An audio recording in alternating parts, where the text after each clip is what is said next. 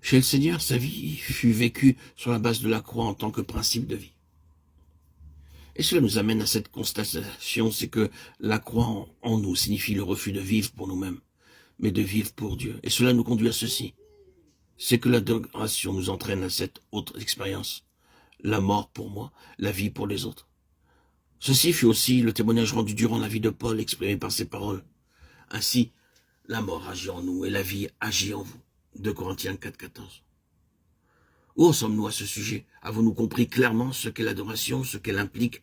Jusqu'où va-t-elle? Pour notre Seigneur, le point culminant de son adoration fut la croix. Il s'est humilié lui-même, se rendant obéissant jusqu'à la mort, même jusqu'à la mort de la croix, Philippiens 2,8. Est-ce cela que nous voulons? Sommes-nous prêts à être traités comme les balayeurs du monde?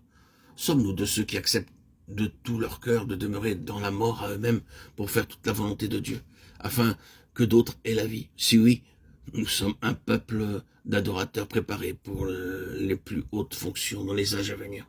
Sinon, alors le Seigneur n'aura pas en nous son plein héritage et nous ne participerons pas à la joie de son cœur. La croix pour nous n'a d'autre signification que la mer rouge.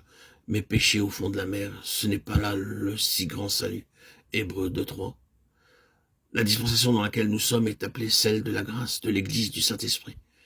Il est nécessaire de rappeler que le mot dispensation signifie un espace de temps pendant lequel Dieu accomplit certaines choses, suivant certains principes. Ainsi, pendant cette dispensation de la grâce, Dieu sauve les pécheurs répentants, bâtit son Église et accomplit cela par le Saint-Esprit.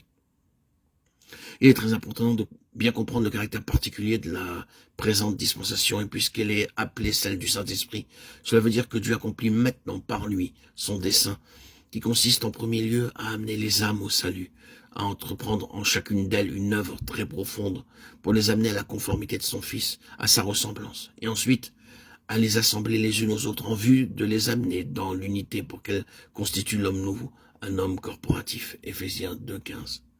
Afin d'aboutir finalement à ce que Christ soit tout et en tous, Colossiens 3,11. C'est là, de façon brève, le dessein de Dieu. Nous savons que ce grand dessein tel que Paul l'expose dans Éphésiens 1,3-6 ne pouvait pas se réaliser parce que l'homme pécheur séparé de Dieu mourrait. Ainsi, cette intention conçue en Dieu dès avant les temps éternels ne peut se réaliser que lorsque Christ vint dans un corps semblable à nous pour mourir, ressusciter et être glorifié. Alors seulement le Saint-Esprit fut envoyé du ciel.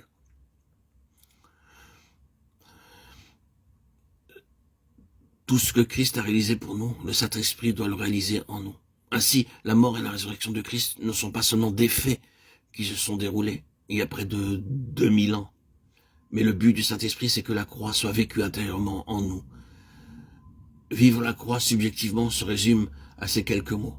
Non pas moi, mais Christ. La croix vécue intérieurement ne peut et ne sera jamais une vie d'effort, mais de joie à travers la souffrance.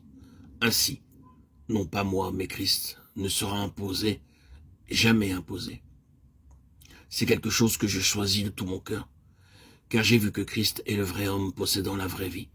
Il est la vérité de Dieu. J'ai vu par la révélation du Saint-Esprit que je suis un mensonge, une contradiction à l'égard de la pensée de Dieu. Oui, c'est la croix. Il n'y a pas d'effort en cela. Ce serait terrible que de vivre une existence sans une telle contrainte. Pas de vêtements de laine, mais de lin, afin de ne pas exciter la sueur. Ézéchiel 44,18. Ceci est dit, nous le savons en relation avec le service de Dieu. Mais c'est aussi le principe d'une vie crucifiée. Maintenant, qu'est-ce que la résurrection pour nous? Elle est la réponse à la mort. Il n'y a pas de résurrection sans une mort. La résurrection dans notre expérience, c'est ce qui ressort de la mort à nous-mêmes.